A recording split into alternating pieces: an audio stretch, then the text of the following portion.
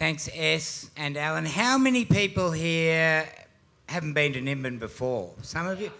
Quite a few of you. So I haven't even been here that long, a bit over 30 years. But the really hippie thing happened in 1973, if you know the history. And it was a pretty deserted dairy town. There were closed down shops. The hall was probably in disrepair. And the hippies had this festival here, and they bought half the buildings in town, very cheap, which sort of put down deep roots. And there is a tribe. I'm definitely not the chief of it. It wouldn't tolerate chiefs, I can tell you. Anyway, it's got a lot of chiefs. And it's interesting, because I spent 10 years wandering around the planet not knowing what to do after mushrooms were involved and weed. But it was, it was a spiritual thing for me as much as anything. And I can't separate, really. A medicine, they call it now, which makes you feel so good. And good and God come from the same root, by gad. So it's all tangled up. And Nimbin was that community I was looking for 10 years, really. People who sort of thought and felt like I did. And it's a unique place. And S here has been here probably longer than me, long time.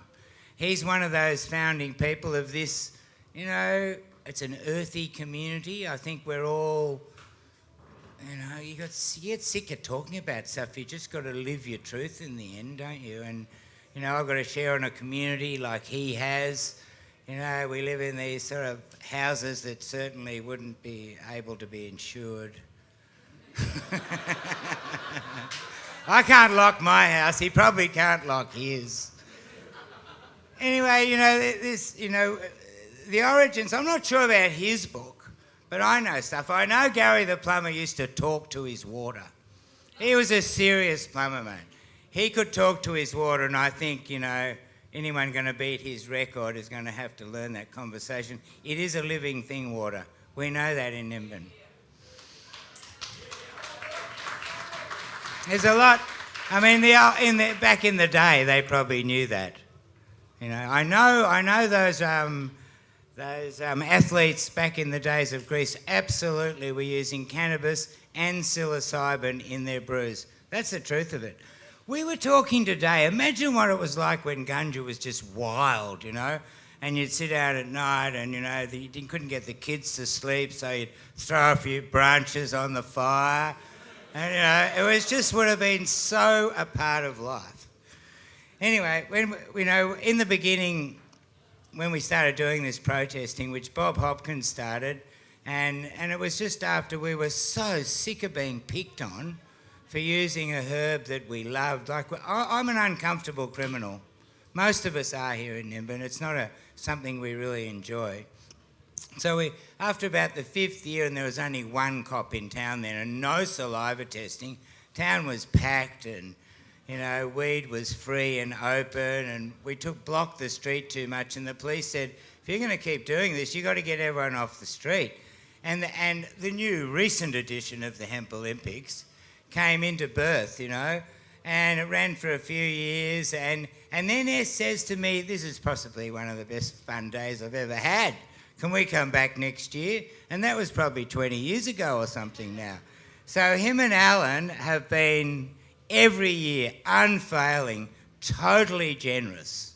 He wants me to say nice things about him, They're coming out easily. Totally generous.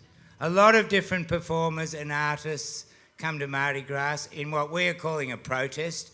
I don't want to be yelling and screaming at a protest, We've got to have a good time somehow. And comedy is so critical to us stoners. Jesus, don't we need it? How's ScoMo, God help me. Anyway, I think it's a fact that a close relative of his is using medical cannabis. That's how hypocritical it is. Anyway, one of them is going to be in charge soon, and they're all pretty gutless. So I urge all of you to be game to be public with your Member of Parliament, educate them. They don't know what's going on.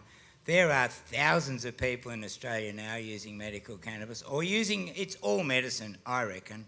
It's a medicinal herb. But people using it to stay alive and, importantly, to just have less pain. I see it. I see the kids whose seizures just stop. Don't make me cry. It's just so full on.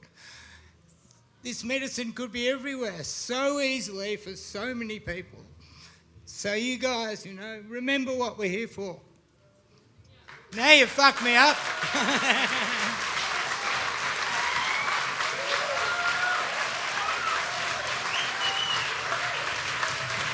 How much? Yeah.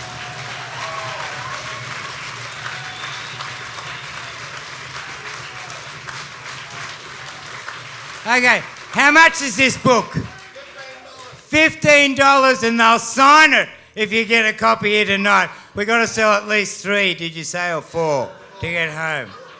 And we'll be selling it in the Hemp Embassy. It's a great thing. Good on you. I just love that you have just picked up this event and turned it into this global phenomenon. Thank you very much. Love these guys.